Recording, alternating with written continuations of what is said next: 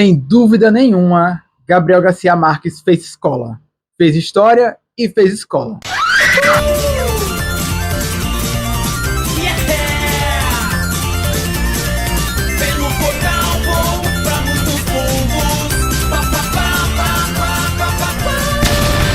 Oi, eu sou o Tom, Thomas Marvolo Lustor, ou Tom Lustor 23 em todas as redes sociais. E hoje eu vou falar com vocês sobre A Cabeça do Santo da Socorro Racioli. Cara, que livro divertido. Eu li esse livro no Kindle, comecei a ler, acho que fevereiro? Não, eu comecei a ler ele em janeiro, só consegui terminar em fevereiro. Porque, cara, como eu economizei nessa leitura, eu não queria terminar com ela, eu tava realmente obcecado com a leitura desse livro. Mas antes de falar sobre o livro, eu vou pedir pra vocês, por favor, comentarem, compartilharem, se inscreverem nesse vídeo, me seguirem em todas as redes sociais que tá por aqui.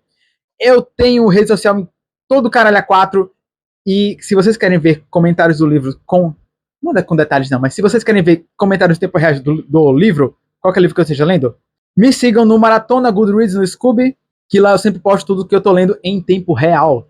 E sem mais enrolação, bora pro vídeo. Bora! Eu já tinha interesse de ler esse livro há muito tempo, porque todo mundo fala bem nessa porra desse livro. Mas depois que eu vi uma entrevista da autora, né, a Socorro Racioli, falando num programa como ela foi parar na escola do Gabriel Garcia Marques, cara, é um vídeo muito engraçado. Eu vou deixar aqui pra vocês verem.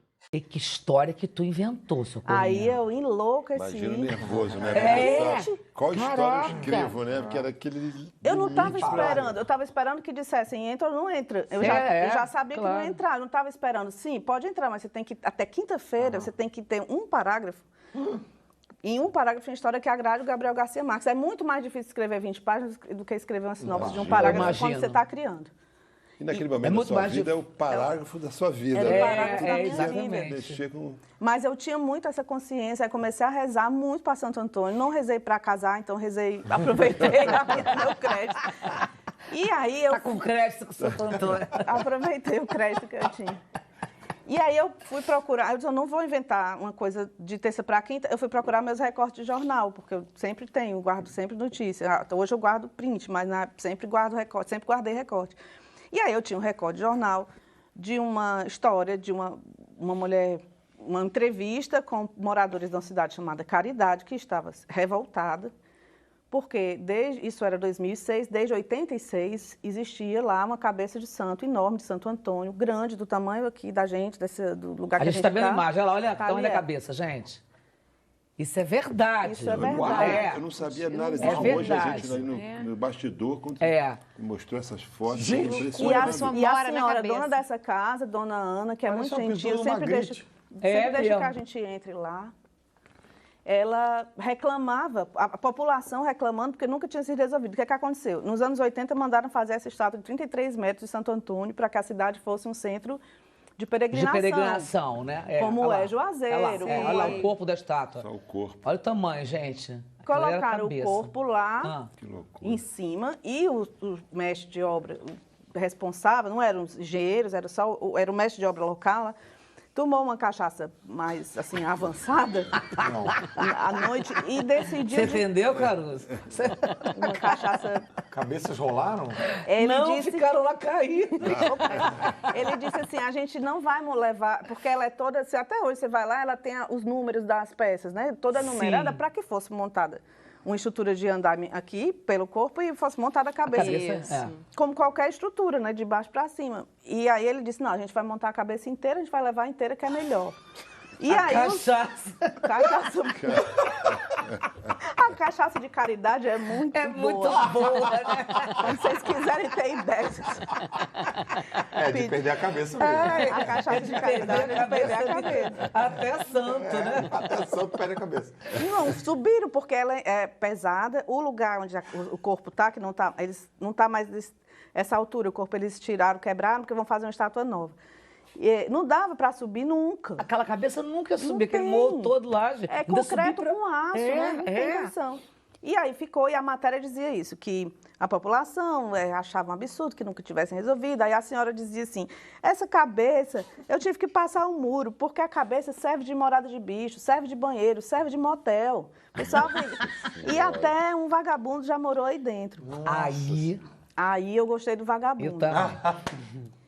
Aí eu gostei do Vagabundo, porque eu fui criada numa família católica, então eu tenho muitas perguntas, sempre tive desde pequena muitas perguntas sobre a oração. Porque a minha avó tinha um oratório enorme, ela rezava para vários santos pedindo pelos problemas de uma família enorme que a gente tinha, e muitos tipos de problemas espalhados no Brasil inteiro, desemprego, alcoolismo, tudo no mundo. E ela rezava para os santos e as coisas se organizavam. E eu ficava tentando entender como era o fluxo, né? Ela fala... Essa central de atendimento aí. Exato. Vai para esse santo que está aqui. Aí esse santo que está aqui manda para onde? Qual, né? Qual central? Mas eu juro que eu era criança e eu ficava Esse santo manda pra onde? Manda pra onde? Eu não posso falar que ele pode estar vivo ainda, mas assim, tinha um alcoólatra no Rio, família morando no Mé, outra parte da família morando não sei onde. E aí, quando vi as notícias, tinha se resolvido, ela vai porque eu rezei. E eu não conseguia entender. Então, quando eu vi a cabeça... A logística, na prática, a logística. Até hoje eu não entendo. Eu acredito, confio, mas não entendo a logística. Claro. Quando melhor eu vi, assim.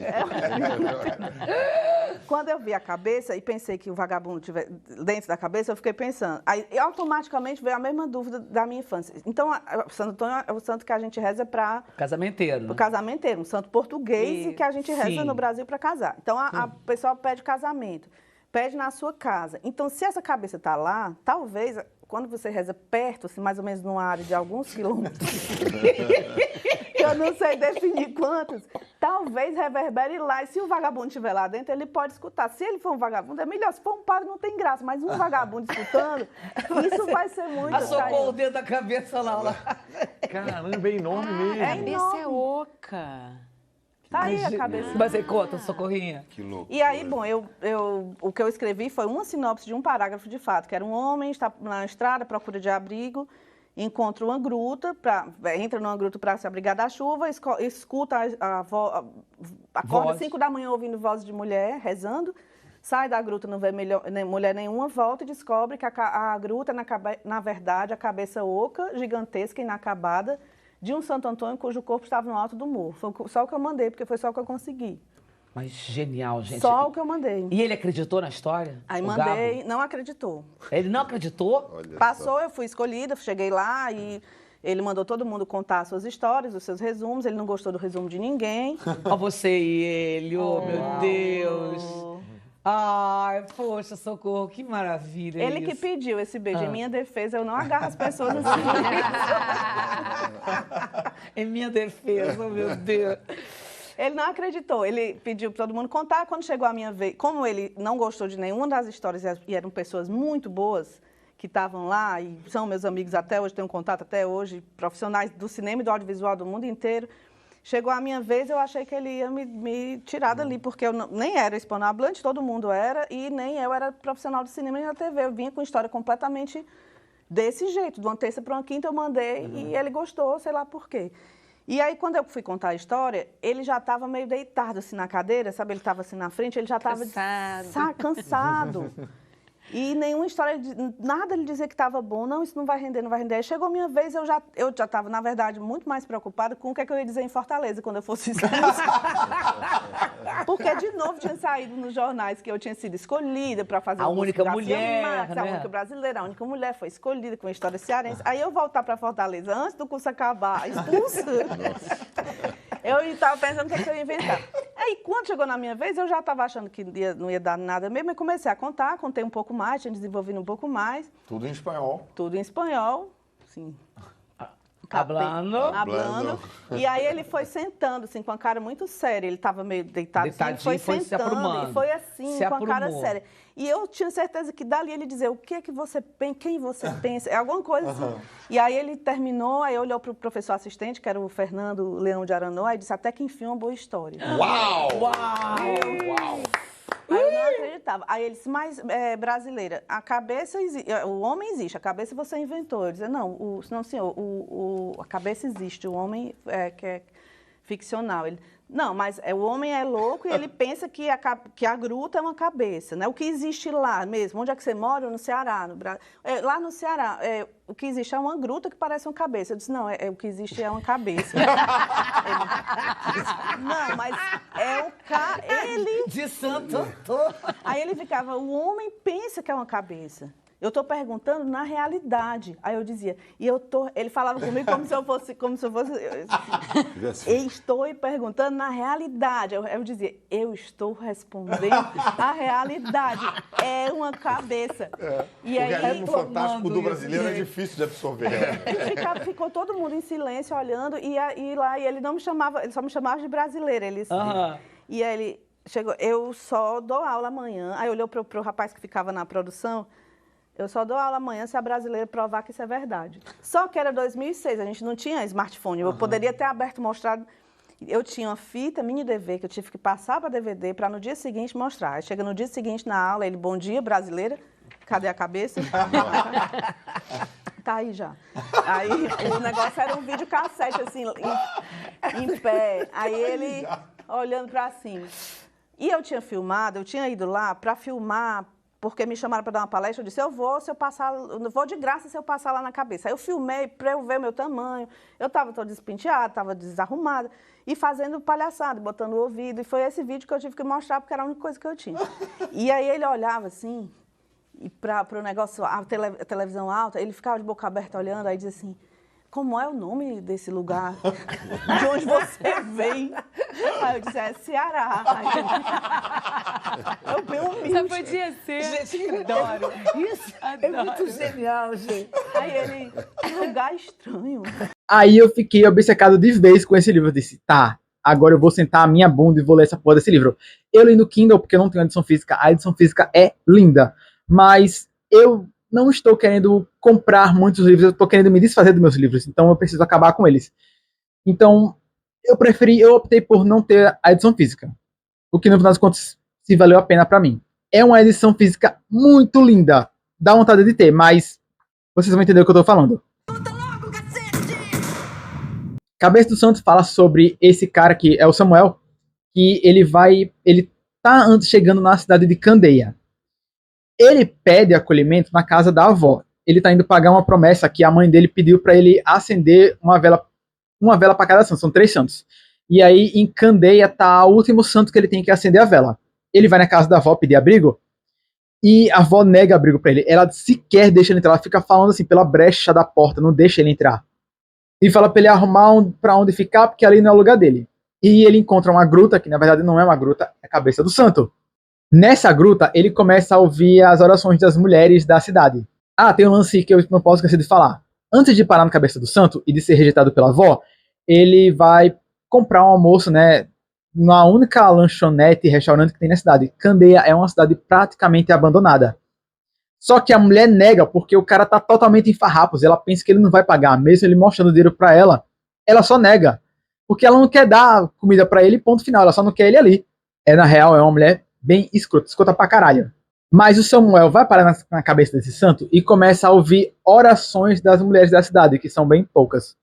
Acho que umas 5 no máximo. E ele escuta a oração da filha dessa dona do restaurante, que ela quer casar com o médico da cidade. E é médico que, tipo assim, vai e volta, sabe? Como é que ele descobre que é a filha da dona? Porque ele tá lá dormindo e encontra um pivete, que é o filho do João Coveiro, Chico Coveiro da cidade. Eu esqueci o nome dele. Francisco, que é filho do Chico Coveiro, que é o único coveiro da cidade, né? Chico Coveiro. Ah! E o Francisco tá indo bater punheta na cabeça do santo.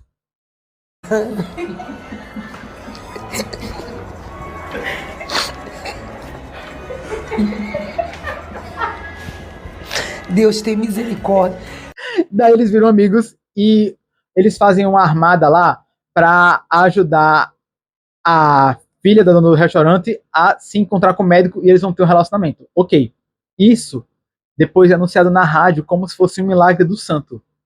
O santo fica famoso.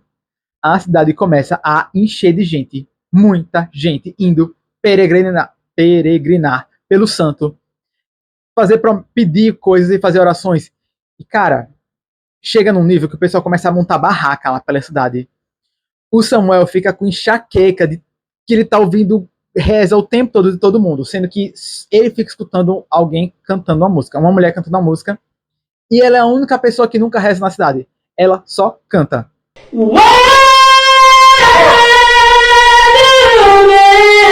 E ele fica obcecado para saber quem é essa mulher que tá cantando.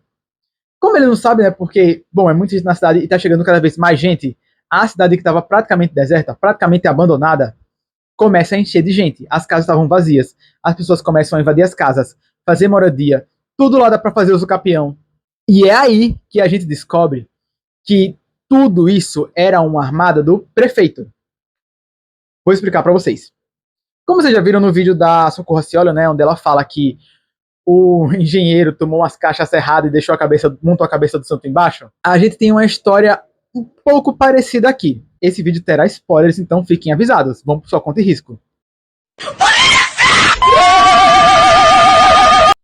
O pai do Samuel, que era conhecido como Meticuloso, ele faz amizade com um engenheiro que está fazendo um santo gigante na cidade. Esse santo era um pedido do prefeito, né, porque ele queria fazer o Cristo Redentor, sendo que era o santo padroeiro da cidade, padroeiro de Candeia, lá na cidade, para aumentar o turismo, etc.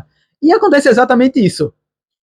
O engenheiro precisa sair, ele faz muita amizade com o Meticuloso, e o Meticuloso ele é muito esperto, porque ele já era pedreiro, né, para construir coisas, dar dicas. Então o engenheiro passa a confiar nele. Em determinado momento o engenheiro precisa sair da cidade para fazer alguma coisa urgente, e ele deixa o Meticuloso no comando. O lance é que o Meticuloso toma as caixas erradas e constrói a cabeça do santo no chão, que depois não tem como subir, e a prefeitura também já não tem mais orçamento para pegar um novo santo, porque ia ter que fazer tudo do início. E a prefeitura gastou o dinheiro todo, que iria ser pago numa grande inauguração, né, que iria se pagar as contas, só que não vai ter inauguração, então a cidade vai literalmente falir. E a cidade falindo passa a ser um grande desejo do prefeito, porque o prefeito quer vender o terreno inteiro da cidade para uma grande construtora. O Meticuloso se fugiu ou se escondeu, ninguém sabe para onde ele foi, e as pessoas, como a cidade está falindo, as pessoas começam a abandonar a cidade. Só quem resta na cidade são poucas pessoas. Só gente velha, que o prefeito está literalmente esperando esse pessoal morrer, porque aí ele vai fazer uso capião da cidade. Prefeitinho de merda. Beleza, que vai ser tudo ilegal, mas quem é que vai auditar isso posteriormente? Eu nunca pensei que se roubasse assim descaradamente. Ninguém, né? Então o prefeito vai se safar dessa. Porque ele é ladrão, sabe? Mas agora a cidade tá topada de gente. As pessoas estão fazendo uso capião das casas que estavam abandonadas. A única casa que ninguém consegue entrar, né, porque não tem como invadir, é a casa da avó do Samuel. Lembra que ela rejeitou ele lá no início do vídeo? Dos dois. Um repórter mais corajoso, assim, ele até tenta chegar na casa, né, pula o muro, e ele vê uma coisa tão assustadora na casa, que ele sai disparado, parece até que ele deixa de ser repórter. O lance é que quando ele sai da casa correndo, ele vê uma coisa aterrorizante lá, sai um monte de cachorro. Assim, cachorro que parece que vão tomando conta da cidade, igual um enxame de zumbi. As pessoas têm que subir nos telhados para fugir, os cachorros ficam latindo. O macaco! Macaco! Olha o macaco! Olha o macaco! Até que eles se acalmam e todos eles voltam para dentro da casa. E ninguém mais tem coragem de chegar perto da casa da velha, porque quem é que vai querer arriscar a vida de novo? Ainda mais agora que, tipo assim, ninguém sabe o que o repórter viu que ficou tão amedrontado, mas quem é que vai querer se meter com os cachorros? De qualquer forma, o Samuel fica jurado de morte pelo prefeito, porque ele tá atraindo mais gente para a cidade, turismo aumentando. Cara, é engraçado, porque chega um momento que o Samuel passa a ter até enxaquecas muito pesadas, e o padre pede para que as pessoas parem de fazer oração, porque estão dando enxaqueca no santo. Olha, esse livro tem umas partes tão engraçadas. Todos os diálogos deles são extremamente bem construídos. É uma coisa tão regional do Ceará que só quem é do Brasil vai realmente... Não é que vai realmente ter, mas vai... Todo mundo pode pegar esse livro e se divertir, mas, velho, quem tá aqui no Nordeste, cara, vai pegar um negócio. Vai pegar uma muganga que tem nesse livro, que é muito legal. Bom, o Samuel tá jurado de morte.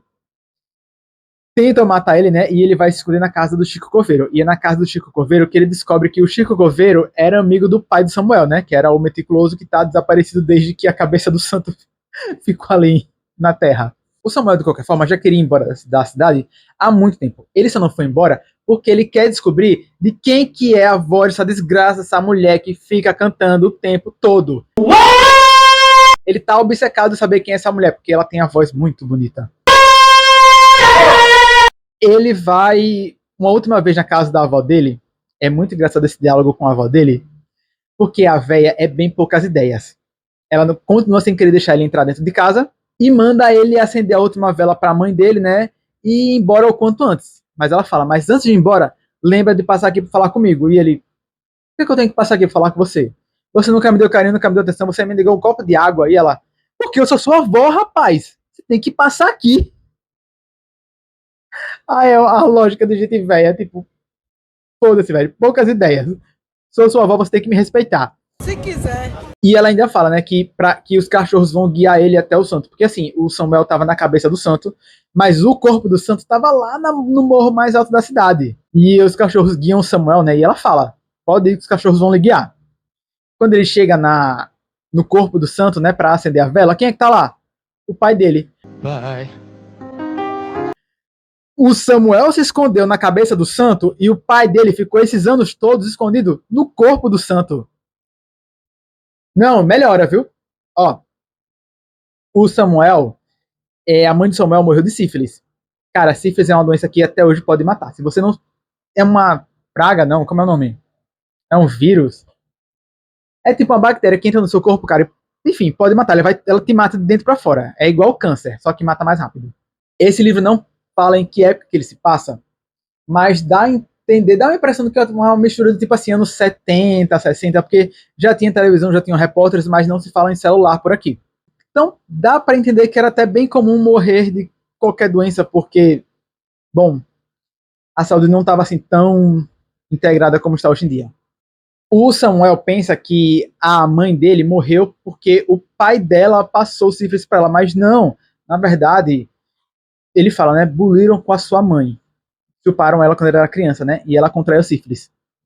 E, ok, eles transaram, né, tiveram Samuel, e ela fez uma promessa para um santo, porque ela tinha medo de que o filho dela também nascesse com sífilis. Ela fez uma promessa para que o filho dela nascesse saudável, que era de acender essas velas, coisa que ela não pôde fazer em vida, então ela incumbiu o filho de fazer isso. Só que ela não disse que o filho teria que pagar essa promessa dela. Ela pediu para acender em homenagem a ela, mas não era para pagar a promessa dela. E ele se entende com o pai dele, eles não vão seguir o caminho juntos, mas eles se entendem. O lance aqui, ele ainda vai acender essa bobônica dessa vela, né? E ele já quer descobrir de todo jeito de quem é essa voz dessa bendita mulher que tá cantando. E aí, pausa pra outra história. Lembra a mulher do restaurante, a louca lá? Que tem a filha dela que... Cara, ela ficou muito revoltada porque a filha dela se casou com um médico. Ela queria que a filha dela ficasse com ela pra sempre. O lance é, essa mulher casou com um português, eu acho. Português de Portugal. Portugal não, Guiana brasileira. E ele só casou com ela porque ele queria uma mulher para casar e ter um porto seguro. Só que ele viajava muito. Aí, em determinado momento, ele vai viajar, encontra uma mulher negra, se apaixona por ela, fica com ela lá, tem uma filha e só volta para casa porque essa mulher morre. Ele volta com a menina nos braços e fala, tipo, depois de anos, viu? E ele já tinha deixado essa mulher dona do restaurante com outra filha, que no caso é a mulher que casou com o médico lá do começo do livro. E depois de anos ele voltou com essa outra menina no colo dizendo, olha, encontrei perdida essa aqui, eu tive que ficar. Desculpa por ter demorado, mas eu me perdi, eu fui fumar um cigarro. Ela obviamente acredita, fica com o cara. Otária! E conforme as meninas vão crescendo, as pessoas começam a falar que elas parecem irmãs, porque elas são irmãs. E falam, elas são tão parecidas, puxaram até o pai, né? Parece muito com o pai. Aí é que a mulher se toca que, tipo, elas realmente são muito parecidas. Só porque uma é branca, a outra é negra. Ah, agora eu entendi! E ela indaga ao marido sobre isso, que assume tudo, né? Fala o que aconteceu, etc. E, cara, ela mata o marido. Bem feito! Bem feito! Bem feito! Bem feito! Bem feito! Ela tá certa. Esse é o único momento que ela tá certa, cara. Eu dou total meu apoio. Ela se vingou, o marido foi escroto, fez ela de trouxa. Total apoio pra essa mulher. Só nisso aí, porque o que ela faz em seguida? Ela abandona a menina na estrada. No livro ainda fala que ela volta para casa no dia seguinte, né, depois de ter sido abandonada, e que ninguém sabe mais o que aconteceu com essa mulher. Dá a entender que ela passou a prender essa menina em cativeiro e deixou ela lá presa. Só que no final do livro a gente descobre que não. Essa mulher, dona do restaurante, o pai dela se engraçou com a empregada, teve filho, e ela tem um irmão, sendo que ela não considera que ele é irmão dela. Porque, como ele é filho da empregada, ela finge que ele não existe. E aí a gente descobre que esse irmão foi quem salvou a criança. E adivinha só quem era essa criança? Era justamente a menina que ele escutava cantando. A gente percebe que era essa menina porque a irmã dela se toca. Olha, essa música que você tá ouvindo, porque ele fala, né, pra música que ele tá ouvindo, é a música que a minha irmã cantava, então quer dizer que ela ainda tá viva. A gente passa um tempinho do livro acreditando que ela tá sendo mantida em cativeiro, mas não. Ela foi salva pelo irmão da dona do restaurante e ficou escondida em outra cidade. E olha que o Samuel conseguiu escutar a voz dela, ela cantando, né, de outra cidade. E no final do livro, eles se encontram e ficam juntos. Quê? Ele até fala, né, olha, todo mundo pensou que eu fazia milagres, mas você é o meu milagre. Porque ele ia viver nessa vida de peregrinação para sempre, né? Ele acendeu a última vela para a mãe. E como ele decidiu que ela era o milagre dele, eles vão ficar juntos.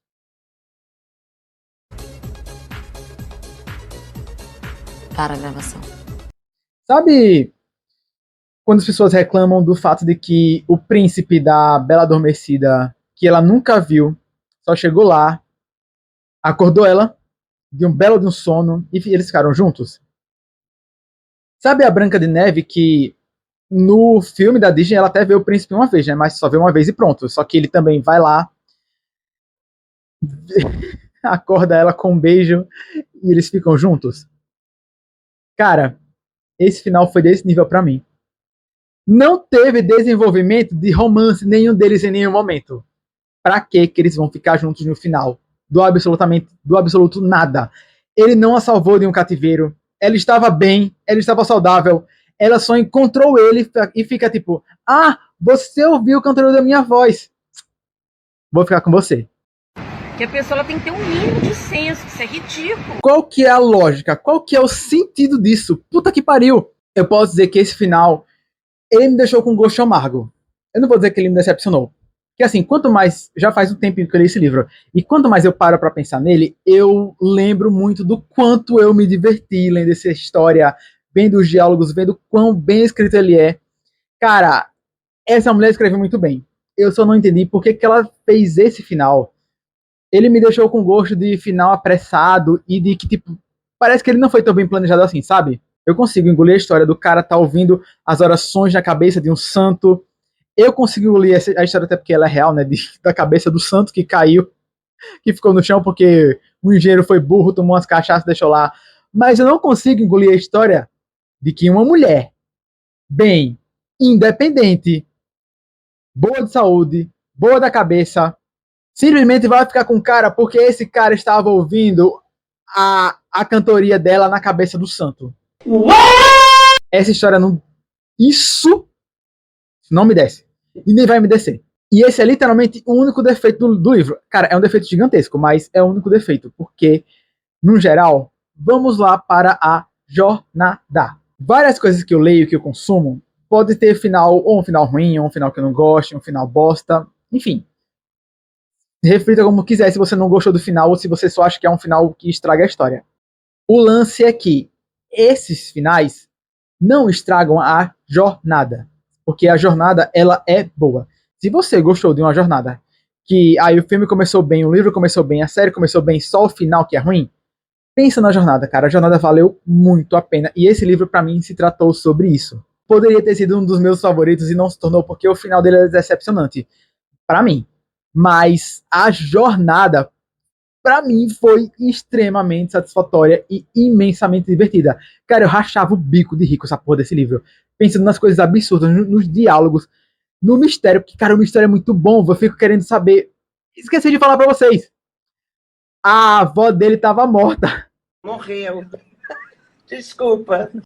Foi isso que o repórter viu quando entrou na casa da véia. Que a véia tava morta. E o Samuel descobre isso porque depois que ele encontra o pai dele, eles vão lá pra casa da véia, né? Que ninguém vai ter coragem de entrar, afinal de contas o Samuel tá sendo procurado, né? Todo mundo quer prender ele, o prefeito, né? E eles sabem que na casa da véia ninguém vai ter coragem de chegar perto, então lá eles esconderam o prefeito. E lá ele descobre que ela estava morta, que ele estava esse tempo todo falando com o fantasma dela, que foi ela que acolheu o filho, e que os cachorros não eram dela, eram do filho dela, né, que é o pai do Samuel. E é muito legal ver como eles fazem esse mistério, porque essas revelações, esses plot twists, são muito legais, tudo é muito bem construído nesse livro, cara, a atenção, o mistério, a comédia, os personagens são extremamente bem escritos. Apesar de que agora eu tô me perguntando o que porra vai acontecer com o prefeito, né? Porque, tipo, o prefeito, ele não vai mais conseguir vender a cidade. Mas, agora que o Samuel vai embora, não vai mais ter santo para voltar a movimentar o local. Ficamos sem essa resposta. Final aberto para vocês. De qualquer forma, a jornada desse livro foi imensamente satisfatória. Eu recomendo demais esse livro. E agora eu quero saber de vocês, se vocês concordam comigo sobre o final desse livro, se vocês discordam, tem outras opiniões para me dar? Venham conversar comigo. Já leram A Cabeça do Santo? Vão ler? Se não leram, vão ler. Urgentemente. E para você que gostou do vídeo, muito obrigado. Não esquece de deixar um like. E para você que não gostou, fim da linha.